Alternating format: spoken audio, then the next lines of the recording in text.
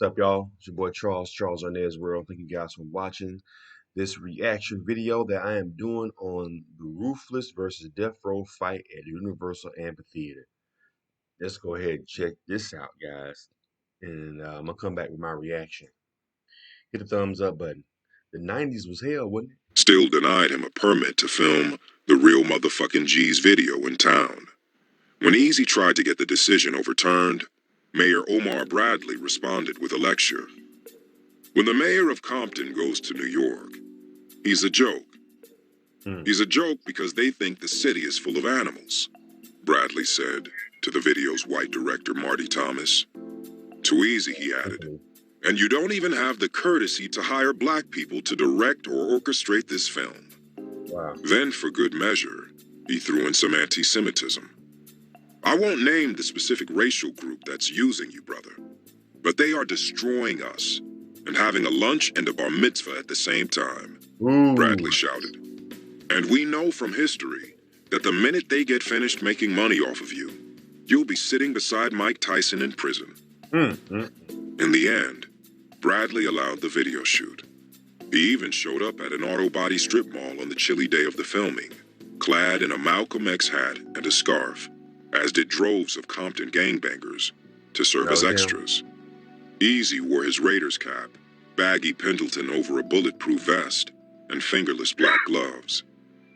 The resulting work is a pretty intimidating little piece of cinema. The brawny Dresta carries a softball bat, and Easy swings his arms viciously at the camera while he raps. As for the Eazy-E impersonator from Dre Day, in an inspired move, they enlisted actor A.J. Johnson to reprise his role, a bumbling caricatured version of Easy. Only this time, the character is chased out of town. So, who won this showdown? Easy or Dre? You could say they both did, as it reignited both of their careers. But one could argue that hip-hop ultimately lost, as their dispute had far-reaching consequences. Beef wasn't anything new in hip-hop. It went back at least as far as 1981, when the party-starting MC Busy Bee declared his supremacy at a New York rap contest, only to be one-up by treacherous 3 rapper Kool Moe Dee, who came back with a venomous freestyle that changed the whole tenor of the genre. But they were friends before, during, and after this exchange. Previously, rap confrontations had been about who was superior on the microphone. The emerging Ruthless Death Row battle was about who was the toughest in real life. That was the first time I began to think, man, this is going in a different direction now, said journalist Kevin Powell. Hellraiser. For all these diss songs, jokes, and barbs, neither side considered the dispute a laughing matter. They prepared their squads. Rhythm D was matched up with a bodyguard brought in by Mike Klein named Big Animal, and was told not to go anywhere besides the high guard brought in by Mike Klein. Oh, that phone is right there. Hold up, let me go back. Oh, that phone? That's old. They prepared their squads. Oh, hotel phone. Rhythm D was matched up with a bodyguard brought in by Mike Klein named Big Animal, and was told not to go anywhere besides the house and the studio. Easy had his own hulking bodyguards, including Big Ron, and a pair of 300-pound goateed Samoan brothers named Jacob and John, aka the Twins. He was glad to have them. He was often stressed out and waking up at absurdly early hours. He turned to acupuncture in hopes of relieving tension, having needles stuck into his head that made him look like the Hellraiser figure he had at his house. Ruthless launched a Saturday night radio show on local station 92.3 The Beat, featuring friend of the label DJ Julio G at the controls. He asked Easy if he could play tracks from The Chronic. Easy said yes, since he was getting paid off it, after all. But Suge Knight was not amused, making threats that inspired the station to heighten security. When Easy heard about this, he laughed, Julio G said, and told him to play even more Death Row music. The Death Row and Ruthless camps encountered each other in person following the 1994 Billboard Music Awards at Universal Amphitheater. Death Row artists had assembled to support Snoop, who won the prize for top male music artist. After the ceremony, they and their entourages spilled out onto Universal City Walk, an outdoor shopping tourist travel. Death Row were like 300 deep, BG Knockout said. Real Compton City G's have been nominated for an award as well, but the Ruthless camp was smaller, mainly just BG, Dresta, Easy, and a few bodyguards. Like something out of the Old West, the groups stared each other down and approached slowly. From the front of the pack, Suge made his way over to Easy, putting his arm around his shoulders in what seemed like an effort to intimidate him. The What? foot soldiers got to barking at each other as well. But before things could get too heated, Michael Conception, the Crips OG and we're all in the same gang orchestrator, intervened. It's not gonna go down like that, he said. Not the time or place.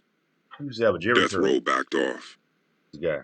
but the Ruthless crew worried they hadn't seen the last of them. And so, BG said, they sent one of their associates back home, who quickly returned with an armory's worth of firearms.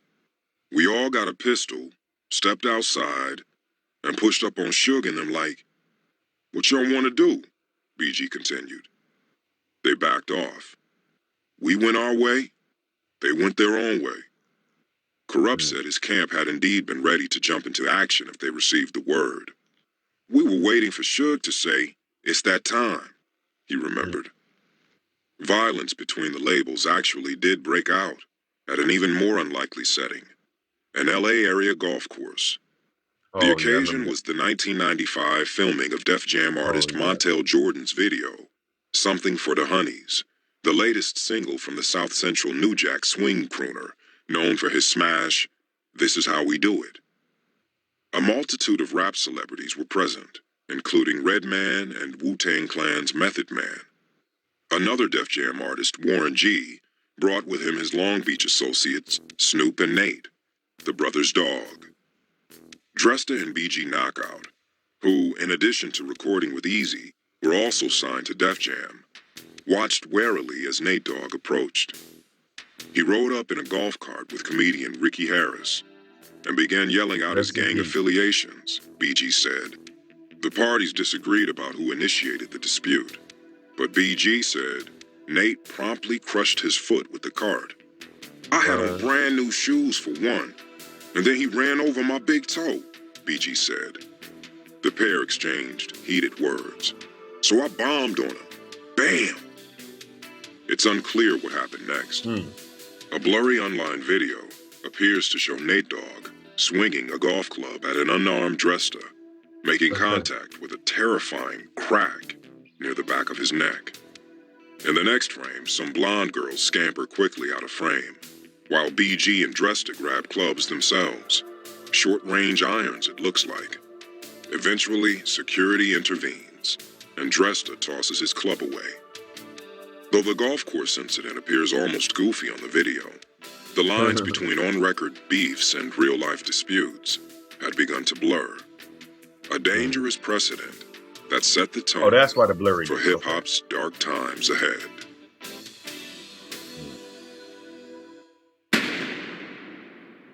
Wow, that was deep. For more of these fascinating stories and What do y'all think about that, man? Wow, I didn't know I didn't know they had came to blows like that. The Ruthless and the Death Row camps. You know, I didn't know I remember it was on MTV News that it was a fight that broke out amongst some rappers. Yeah, this is before social media, so there was no cameras. It was just all hearsay. But I remember it coming on like MTV News. A fight broke out during Montel because Montel Jordan was like huge at the time.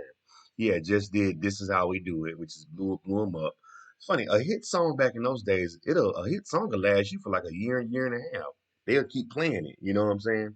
Now you have a hit song that should be bumping for what 3 to 4 months. Then okay, now what else you got? You know, but back then, you know, you had to go buy a CD and buy a single. You know, a song would last you a long time. So Montel Jordan was a big deal.